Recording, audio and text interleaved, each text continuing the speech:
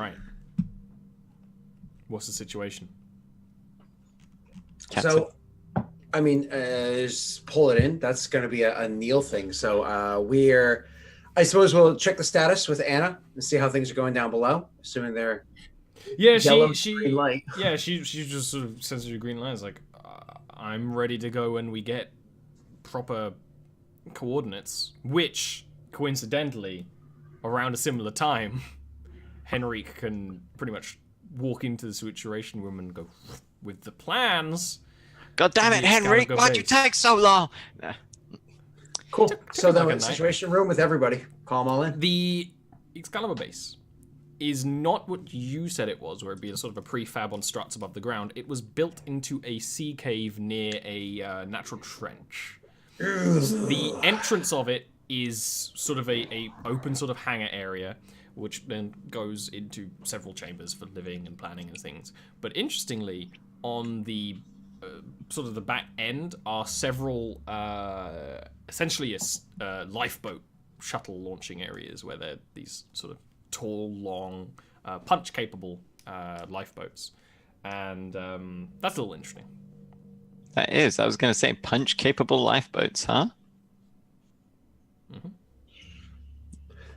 But can't you not punch anywhere near gravity well? So you don't have the plans for the ships. You just can tell. You can tell from their design. They're sort of very long. The punch engine needs to be a pretty long, straight thing. So. To be fair though, if I wanted to make a bang, you just send one of those over and punch right above the Prezi. What is this? Star Wars? So okay. Oh yeah. We see this now. That's the axis, I imagine, because it's a tunnel. I imagine it's a natural sea cave. It's almost like it kind of curves down. So it's like you go into and up. That way, air pressure. No, water out. If you imagine the mouth of the natural sea cave, and there's been a hangar built around it. Oh, okay. So do they use air pressure? Or do they use like doors that seal, drain, open? Yeah, they have like a full. So it's like actually inside the cave, just sealed off by a door. Yeah, basically. Or built just outside. Built outside the cave. It's like the because you had got the construction company. They basically used the cave as a foundation to build in out and around. That changes things. If it doesn't have an open spot with I imagine for the quickness of in and out and whatnot, you would have air pressurized open cavities like modern day sea locations do. Yes. But, okay, so everything's actually sealed like a military base. Everything's sealed, although on the side where the lifeboats are, essentially the structure does come out of the rock somewhat. You know, it's clearly expanded more that way. So if you were to try and, cut a way in, you could cut a way in that way or whatever, or blow up a way in or something. Speaking of cut ways in, are there any that we can tell, natural tunnels or anything like that lead down there, elevators like Umbrella Corp or something? Well, that's a good question. You would have to give me a notice intelligence check on the map. Sure. Can I administer or does it have to be noticed? Doesn't matter either way. Notice. Because you kind of got all the paperwork. You got the plans. There is sort critical? of a... Critical? I don't know. I did critical. Oh, good job. Hey, it's good job, 20, 96s. There is basically the air filtration system is a sort of tunnel up from the rest of everything else in the rock, and is obviously, as you said before, any air filtration system is always a massive vulnerability in any system, and guess what? It is. And also would be large enough to easily bring people through. Yeah, but then there's going to be fans to actually pump it down and so on and so forth. So of course, it's a heist. There's got to be giant fans. Unless they ionize the air and just have magnets to pull it down. That's very sci-fi. Very sci-fi. So here's a question then, with the notice or whatever, because to make airflow happen, you only technically need to have the air vacuum or the pressure to be caused from one side. So either push in or suck out is all you need to make it work, right? That's how straws work. So would there be a one-sided system, or is it a two-sided system? It is a two-sided system. It's in out. It's basically it's air filtration, waste. water in for processing, like everything they would need. It's just one place. Just It's Helm's Deep. yeah. But if they have it for in and out, I'm going to assume that it's two separate. Like you can't just hit like one power cell. It has to be like two separate areas to, because that way if one doesn't work, it still functions. So You can tell that there's definitely some redundancy programming in place, and that's true. If you were to try and flood the place using this, it would be more of a process. But it isn't an entrance. Is the more important thing. Yeah. Undefended to a degree. To a degree, yeah. It would be foolish if they didn't have some sort of scanners there, but also what can they do? Because if they try to attack you in that sort of area, they risk destroying an incredibly important part of their base. All right, so we have this information. We know that obviously we can continue with like trying to assault. It's just, even though... So you would explain that the military side of the base that's outside of the rock is kind of exposed or whatever, but it's obviously still sealed off with metal. Yeah. It's basically, if you imagine it like, the trench and a bit of like a sort of, underwater mountain type sort of thing. Was a natural sea cave. They put a sort of hangar on the front and built into it. And then they've clearly expanded out of it, and then these lifeboats storage area is on the outside because it needs to be. But they've so clearly expanded out from the original design of it as, it's needed more space and things like that. So we have a ton of crew to work with here. Mm-hmm. So I'm gonna say something out of game before we kind of like bring it in game. It's too complicated to explain in game. I really want everybody to exactly. Sometimes it's easy to just plan out. I'm thinking kind of like a 3 points tactic here. We still need Rain to get inside, and I think that the air passageway is always describing is probably the easiest, the best way to get her in there, especially if she's by herself or her and only one other. Like that is the easiest way to get her in. Out is a different conversation. Okay, so there's 1 point. Second point is obviously there's the task that we were discussing, like either protecting or attacking fake attacking, right? The president of Novus to cause. Third point would be we can use NPCs for this.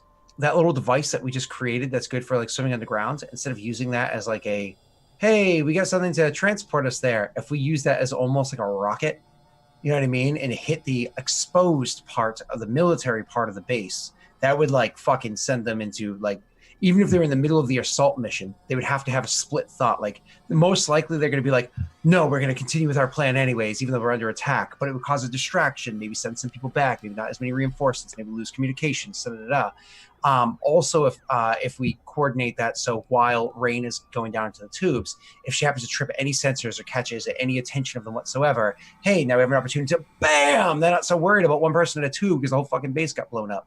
You know what I mean? That sort of a thing, we can do that. Like timing wise with those 3 points, but then it's a matter of filling which hole everybody's in. I think that Neil and I should be on the defensive / offensive side of going in with the president of Novus. I think that Rain should be sneaking in by herself or with an NPC of your choice there, Ian. I think the NPCs will take care of our spaceship and the one that's going to go. How do we feel about that? And please, if you say that the plan's terrible and you have a whole different idea, throw it at me.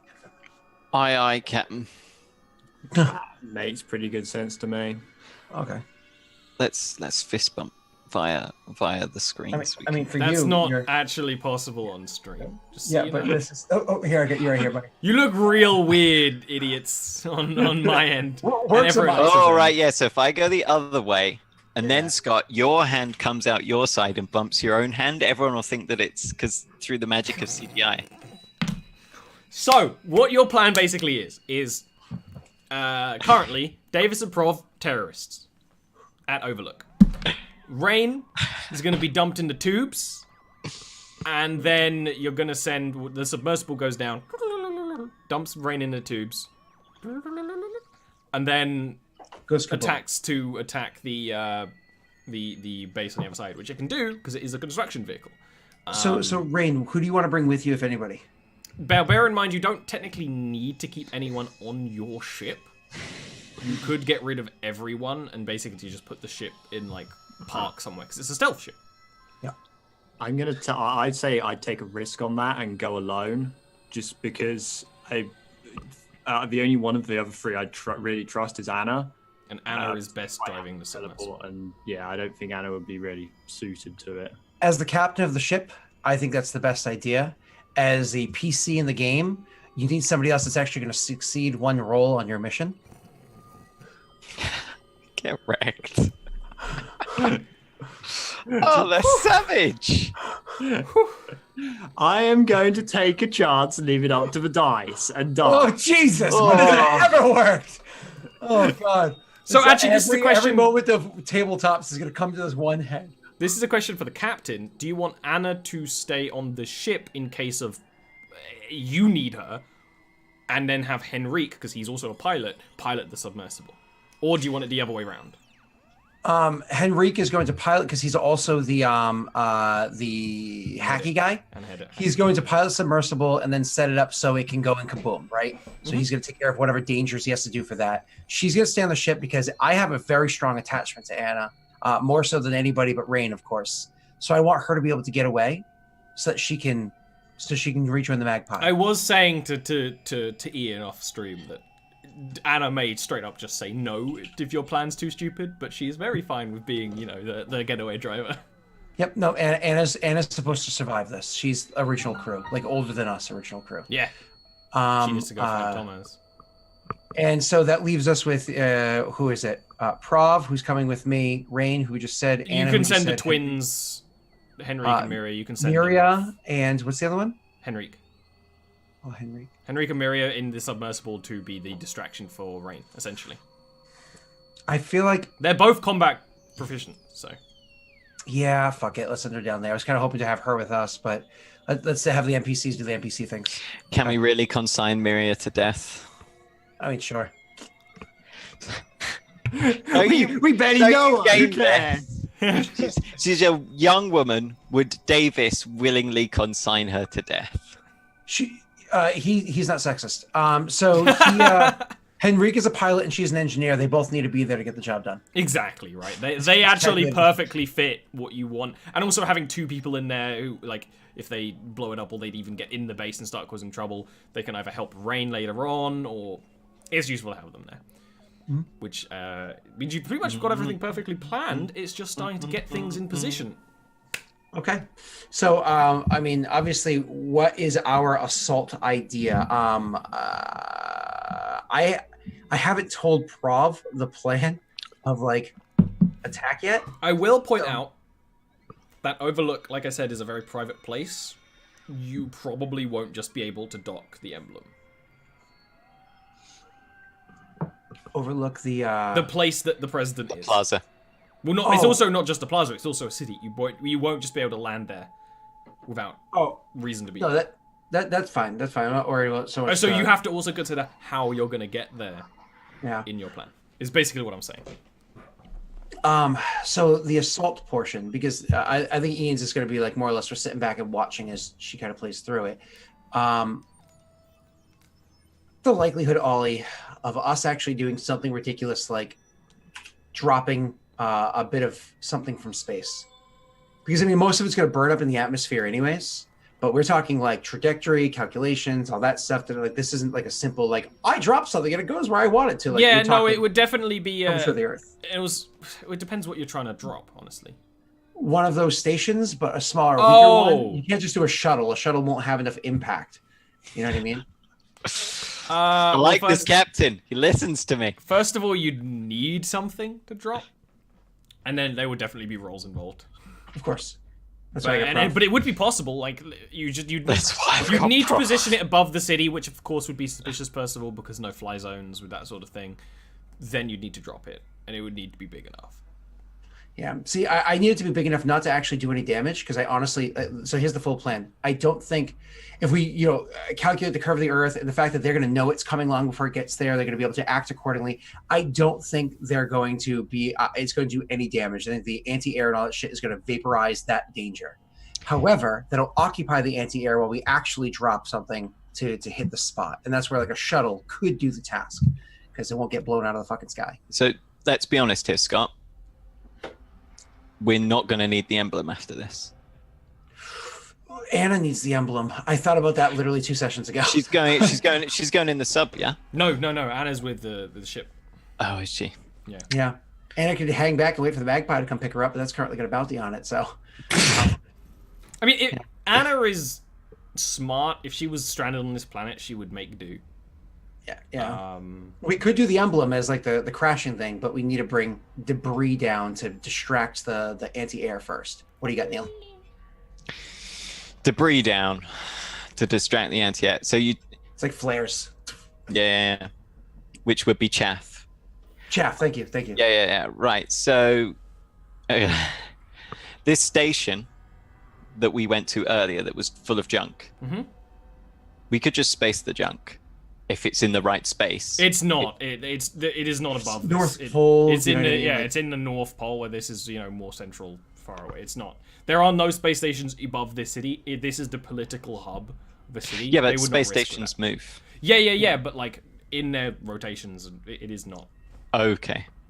Yeah, we're gonna need something that's to the east of here, assuming it rotates to the east.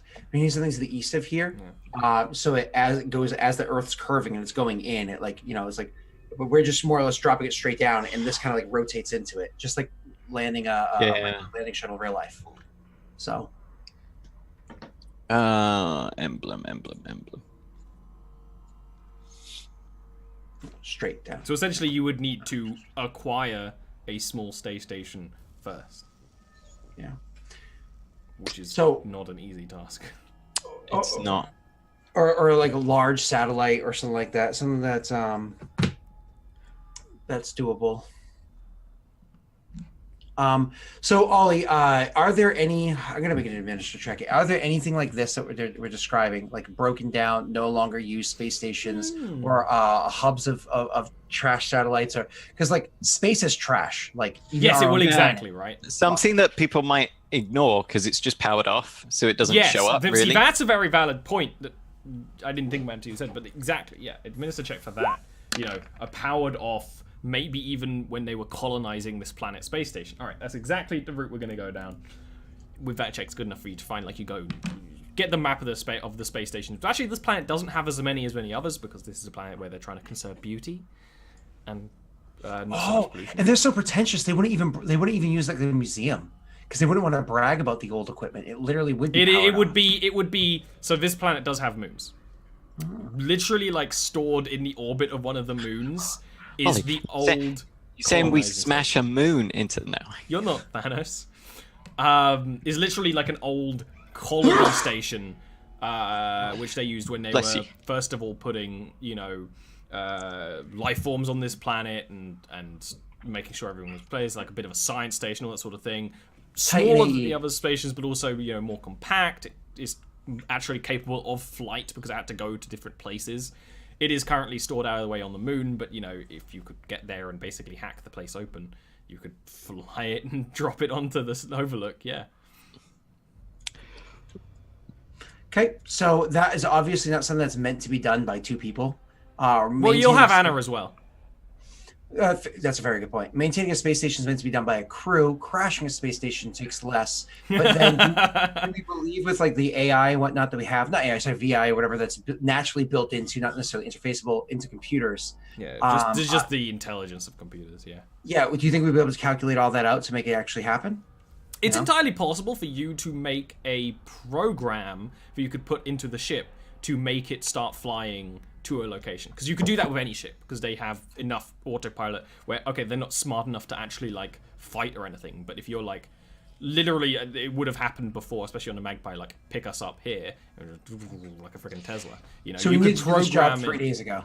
Okay, so let we head there. That's our plan. But the way I describe it to to Prov is I say, to defend him, we're going to go offensive. We need to trigger the defensive warnings before they actually are making the actual attack. So similar to what we were working on beforehand, get them to put their guard up so nobody can get past their guard. If they're unsuspecting, then it's too late. So that's kind of like what I more or less trigger it too soon, the trap too soon. That's how I explained it to him. I explained to what's her name, Rain, the actual plan. that we will also be crashing something else down in there too. I'm still trying to work on the details of that. Rain at this point is also like, I still ain't really fond of this plan, but you're right, it's the best plan we got. So go ahead, boss. I'll do my best with Sabrina and Sunbeam. Hey, listen, how about you do it like this? Survive your task and save me before it's too late. I'll give it a damn good try, boss. Give it a damn good try. So, here's a question. While you're going off to the moon, which isn't a long journey, do you want to put Rain and the twins on the thing first? Okay, so before you go, Henrique, fly the ship down. Because Anna, so you have to switch Anna back onto the ship. You go but freaking down to the sea level, right next to the submersible. Anna had fixed up a little bit more while she's in there because she was in there for a couple of hours. Because she's sitting in there and then, shit. She's also just bored, yeah. So she's just like makes it work a little better. You do the swap. You guys have never seen this much water in your lives. Like it's just ocean as far as you can see, and it's the kind of like pretty blue ocean too, where you can actually see quite a good deal down. Aside from the fucking rusty construction submarine right next to you. You swap, you put Rain and the twins in there, and it's actually got enough size for you guys to quite comfortably sit in there and even wait if you were to wait. I don't know if the plan is to wait so that you kind of do this at the same time, or you want to kind of attack as fast as possible, or that's up to Scott, really. I think that technically speaking, the first thing that's supposed to happen is Rain infiltrates.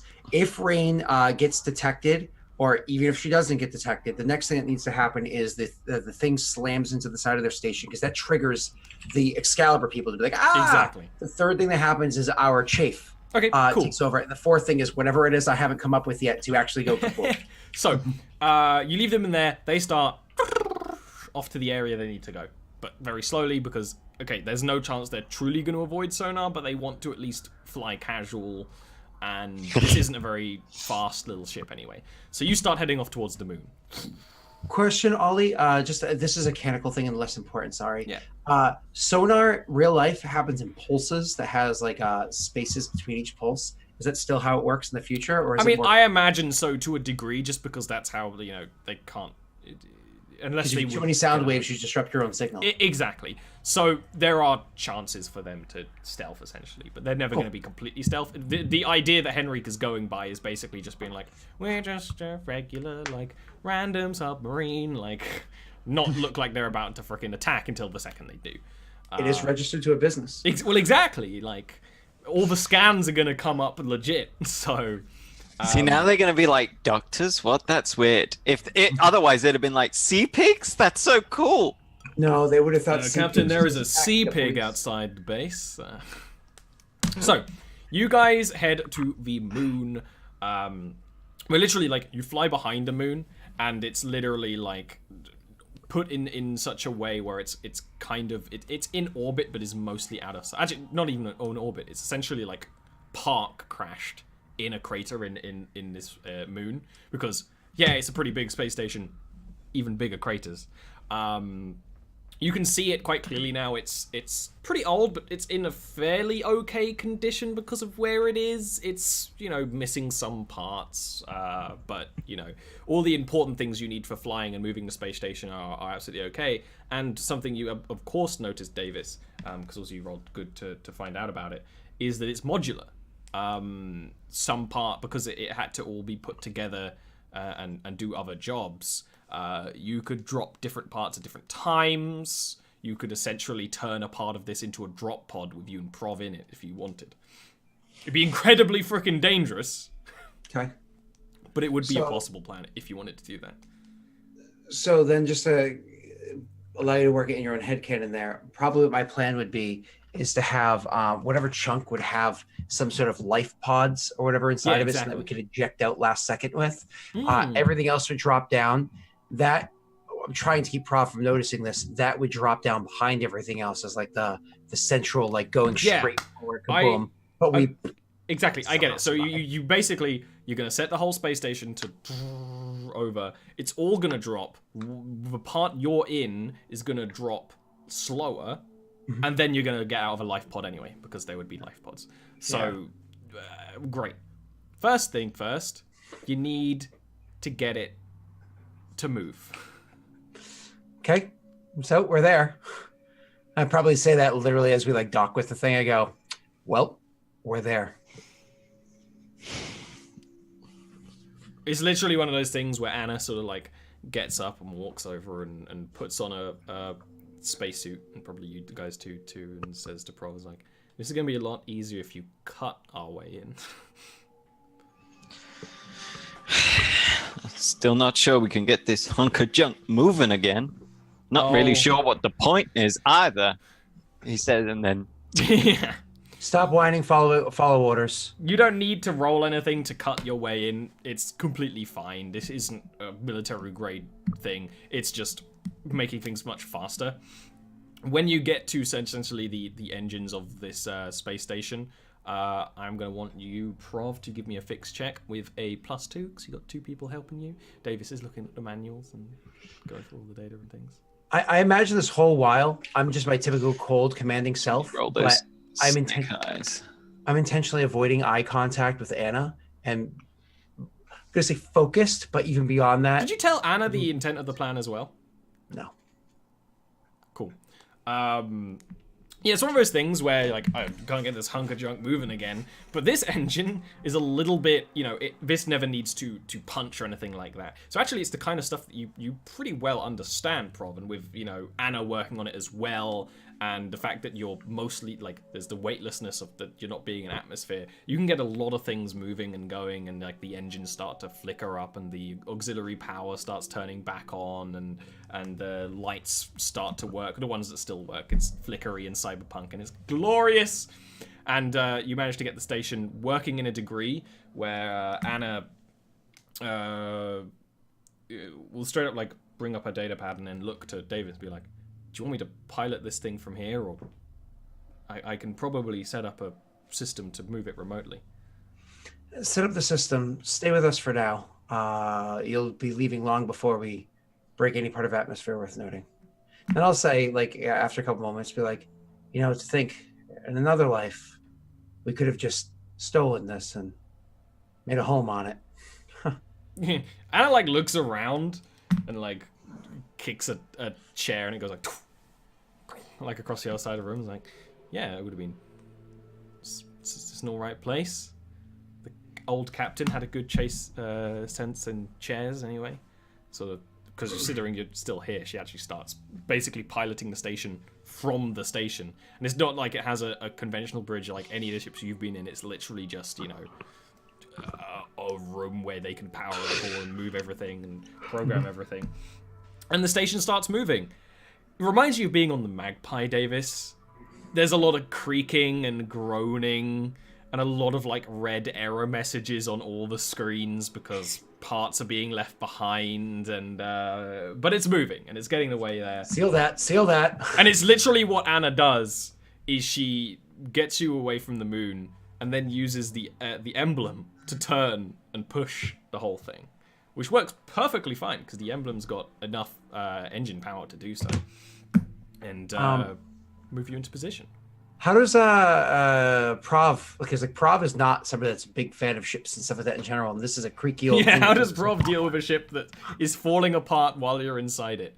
And absolutely, you'd be like, "Oh, the air oxygen's back on. Should we take our helmets off?" And Anna's like, "Absolutely, do not do that."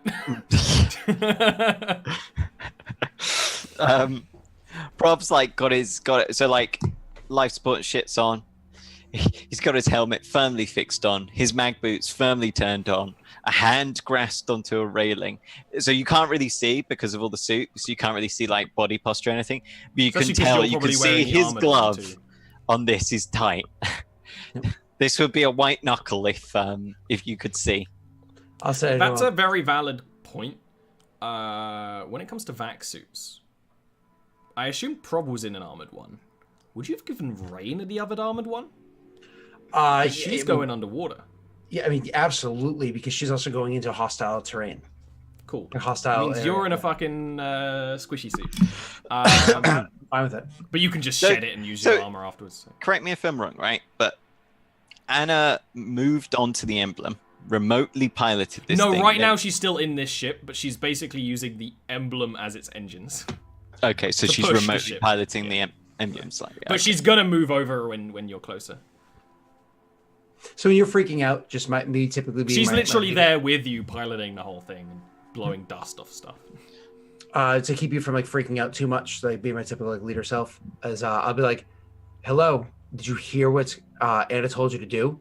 Get that wrench and turn it over there," and just kind of like give you a couple simple tasks that are important but more busy work to keep you focused. They would be important if you were going to keep this thing. So, Yeah. what's the actual plan with this station?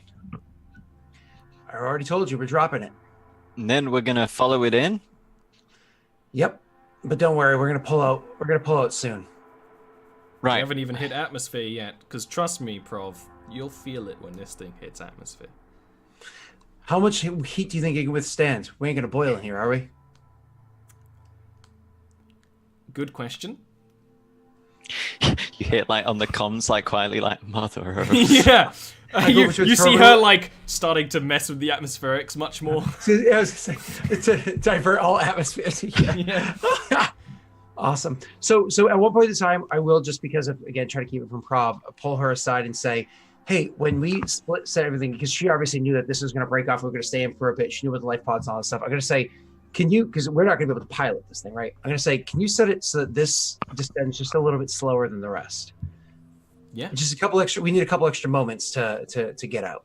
Yeah, she'll basically like she will literally program the ship to fall and disrupt in a big red button kind of way. Like you're gonna get in the life pod and it's gonna like whole thing fall, one part fall off. It's literally big red button way. Cool. And obviously we're looking to divert even more than what maybe she was thinking was necessary. I'm like, no, I want all life support in this chunk. All of it. We should be like, that's not going to be safe for pressure. And I'd be like, we have vac suits, all of it, just in case there's leaks. Yeah. And obviously I'm being Of course. This is where we cut to Rain, who's in a tiny little submarine, rusty submarine, pootering about. And before on the Rain dies. seafloor. It's actually pretty beautiful down here, Rain. Because like I said, the water quality is so high that you can see quite clearly, and even with the lights turned off, because you don't want to give yourselves away, even if there's a chance they have outside cameras, which they obviously do, right? I could just imagine Rain being like on one of the windows of this thing, looking at like when fish go by and stuff. Yeah, like in vague wonder. Yeah. Can almost forget for a moment that she's going on what is nearly definitely a suicide mission. Yeah. When you're It's looking a hell at of a lot of luck for it not to be a suicide mission. when the shuttle starts turning, and the view goes from fishes to this trench where you can see the Excalibur base built kind of into the side of it. You can see the kind of rocket-like life pods that are kind of nestled on the back, like freaking missiles on like a missile launcher kind of thing. It's a little foreboding, but you aren't under attack or anything right now. Actually, as you're passing, Henry gets a bit of an alert and will actually like rest down on the sea floor, and it will kick up sand and things, and you will see the hangar open. And Rain, why don't you give me a notice wisdom check? It's These a dragon, always baby. well. rolls snake eyes, and Henrik's like, "It's a dragon!" She's like, "No, don't see it." Well, you do notice, Yeah. because even though you failed, you still noticed some things, is that it opens up and two vessels leave. And you can then watch the Two hangar. dragons, baby. You can then watch the hangar slowly start to close, and Henrik's like, there's a chance I could just pitch us in there. Nah, Stick to the plan. Stick to the plan. Are these things that left is one red and one white, because I'd really appreciate that symbolism along with the whole Excalibur, King Arthur shit, all that sort of thing. Well, Rain didn't You roll a asked good so enough check. offhandedly. No. She didn't pass. Who knows what color they are? Oh, damn. Everyone knows there's no such thing as color underwater. I'm getting my bad rolls out of the way of the not important ones to my survival. Hopefully. And you start your way much closer to the base. And this is when all that ore just turns to anxiety. And they lift you above the base where you can see the water filtration in. Like, you can literally see the water being pulled in the surrounding area. And actually, like, a bloom of plant life, because it's also where, you know, the waste is released and oxygen and stuff. So, of course, good life is growing here. It's essentially similar to having a geothermal vent. Miria will actually make sure that you're in your armored suit and properly in, and will just kind of motion you to the one airlock on the back of this thing, and you'll be turned and be like, are you sure you want to go in here alone? Because I could jump down with you. Best chance we got if I go in alone. And they'll open the airlock for you to step out. She's like, wow, die then, you big-headed bitch. It's one of the things, your mag boots secure you to the edge of this thing, but you can feel the water pulling you in, because you probably want to go in the in pipe. And then you turn around and you just... The submarine is off going to the not even the other side. You'd still be able to see them, actually. Oh, dear. What do you want to do, Rain? I'm going down the pipe. I'm taking it slowly, but I'm just going in.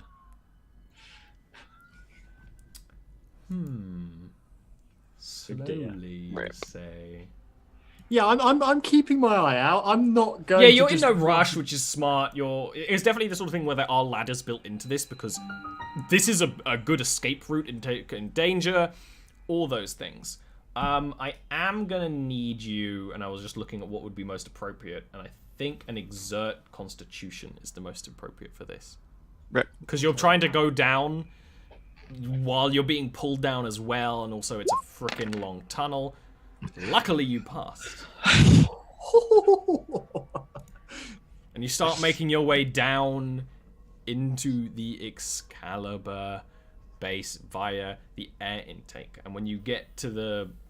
It's one of the things where, like David said, there are fans and filters and things, but they're the kind of thing that even Rain, without a whole lot of, like, know-how, can, like, bash big old filters out of the way, or even figure out the maintenance tunnels that go around them. Doesn't need to go into a whole lot of detail about that. But when you get down to the bottom of the air intake tunnel and to the actual base itself, the air intake clearly goes into the actual, like, air filtering systems of this place, and you're gonna have to leave it via a pretty much punching a hole in it, because there is literally like a hatch, but it's designed to open the other way round, because they assume that people aren't going to drop in from this way. So you can either try and break that open with a exert strength, or maybe a...